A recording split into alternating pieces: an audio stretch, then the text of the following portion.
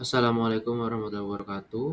Saya Gusti Bagus Chandra Wibawa dengan NIM 192231065 dan pada kesempatan kali ini saya akan menjelaskan mengenai hasil praktikum Infant and Young Child Feeding Practice. Infant and Young Child Feeding Practice sendiri adalah sebuah panduan dari WHO untuk mengasesmen asupan makanan bayi dan anak. Pada asesmen IECF ini ada 3 komponen yang dinilai, yaitu minimum dietary diversity, minimum meal frequency, dan minimum milk feeding frequency untuk bisa menentukan minimum acceptable diet. Untuk rumusan masalahnya adalah bagaimana pemenuhan syarat MDD, MMF, MMFF pada responden menurut deadline IECF, sehingga bagaimana juga pemenuhan syarat MAD pada responden, serta bagaimana kelebihan dan kekurangan metode IECF, dengan tujuannya mengetahui pemenuhan syarat MDD, MMF, MMFF, serta pemenuhan syarat MAD, juga mengetahui kelebihan dan kekurangan metode dari IECF.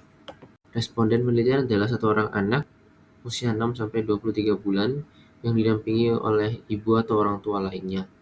Responden diwawancara menggunakan panduan Indicators of Infant and Young Child Feeding Practice dari WHO. Pertanyaan yang diajukan kepada responden adalah pertanyaan kuesioner IECF 1-6, kemudian dilanjutkan dengan recall 24 jam terkait asupan pada bayi, dan dilanjutkan pertanyaan 7S dan 8 yang terkait dengan recall tersebut. Setelah mendapatkan data, maka riwayat konsumsi anak akan dianalisis menggunakan instrumen dari minimum acceptable diet atau MAD. MAD terdiri dari 3 komponen, yaitu minimum dietary diversity, minimum meal frequency, dan minimum milk feeding frequency yang masing-masing memiliki komponen atau syarat tersendiri untuk terpenuhi. Yang pertama adalah MDD.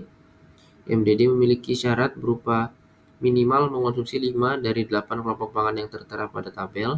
Kemudian untuk MMF ada 2 syarat dengan 2 skenario berbeda. Untuk anak yang masih disusui usia 6-8 bulan, minimal frekuensi makan adalah lebih sama dengan 2 kali. Kemudian untuk anak usia 9-23 bulan yang masih disusui, minimal konsumsi atau frekuensi konsumsi adalah 3 kali. Kemudian untuk anak yang tidak disusui usia 6-23 bulan, minimal frekuensi konsumsi adalah 4 kali, tidak hanya susu, jadi susu sudah termasuk dalam 4 kali tersebut. Kemudian terakhir, minimum milk feeding frequency dikhususkan untuk anak yang tidak disusui lagi, yaitu usia 6-23 bulan, minimal frekuensi konsumsi susu adalah 2 kali dalam sehari. Untuk bisa memenuhi syarat MAD bagi anak usia 6-23 tahun ada 2 skenario berbeda. Yang pertama, jika si anak mendapat asupan ASI. Jika demikian, cukup memenuhi syarat MDD dan MMF saja untuk dapat dikategorikan memenuhi minimum acceptable diet.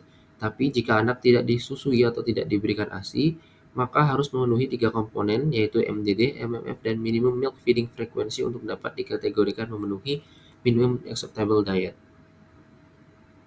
Berikut adalah hasil wawancara dengan responden dengan inisial nama anak AYG dan nama ibu K.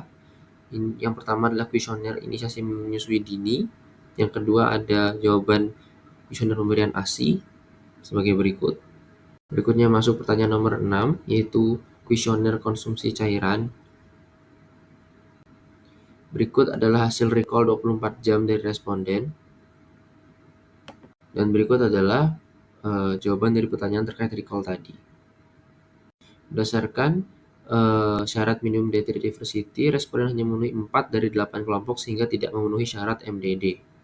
Berdasarkan analisis minimum meal frequency, responden sudah memenuhi, yaitu sudah lebih dari 4 kali makan termasuk susu. Karena responden tidak lagi diberi ASI, maka harus dianalisis minimum milk feeding frekuensinya dan sudah memenuhi, yaitu sudah lebih dari 2 kali.